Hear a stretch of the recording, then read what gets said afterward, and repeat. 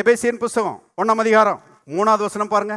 நம்முடைய கர்த்தராகிய இயேசு கிறிஸ்துவின் பிதாவாகிய தேவனுக்கு ஸ்தோத்திரம்.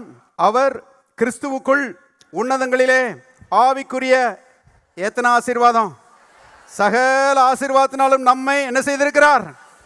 ஆசீர்வதித்திருக்கிறார். சகல ஆசீர்வாதங்களினாலும் நம்மை ஆசீர்வதிக்க போகிறார்னு போடல, என்ன போட்டிருக்குது? சத்தமா சொல்லுங்க, ஆசீர்வதித்திருக்கிறார். பாருங்க, ஏற்கனவே கிறிஸ்துவுக்குள்ளே தேவன் சகல ஆசீர்வாதத்தினாலும் நம்மை ஆசீர்வதித்திருக்கிறார். எல்லாரும் கரங்களை வைத்து சொல்லுவோம், தேவன் கிறிஸ்துவுக்குள்ளே என்னை சகல ஆசீர்வாதங்களினாலும் ஆசீர்வதித்திருக்கிறார். இன்னொரு முறை சொல்லுவோம், தேவன் கிறிஸ்துவுக்குள்ளே என்னை சகல ஆசீர்வாதங்களினாலும் ஆசீர்வதித்திருக்கிறார். ஆவிக்குரிய மக்களுடைய ஒரு அவல நிலை என்னன்னா, இனிமே தான் கர்த்தர் ஏதோ உனக்கு செய்ய போறாருன்னு சொல்லி நினைச்சு 3 நாள் உபவாசம், 7 நாள் உபவாசம், 21 நாள் உபவாசம், ஒருத்தர்லாம் பாருங்க 41 நாள் உபவாசத்துக்கு போயிட்டாரு. இயேசுவையும் மிஞ்சி போயிட்டாரு பாருங்க, 41 நாள் உபவாசம்.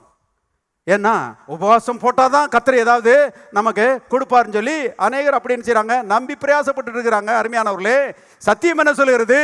நீங்க வாஞ்சிக்கிற காரியங்கள், நீங்கள் நாடுகிற காரியங்களை கல்வாரி சிலுவையின் மூலமாக கர்த்தர் ஏற்கனவே உங்களுக்கு அருளி இருக்கிறார். அதுதான் தேவனுடைய கிருபை. ரொம்ப நிம்மதி ஊட்டுகிற ஒரு சத்தியம் பாருங்க.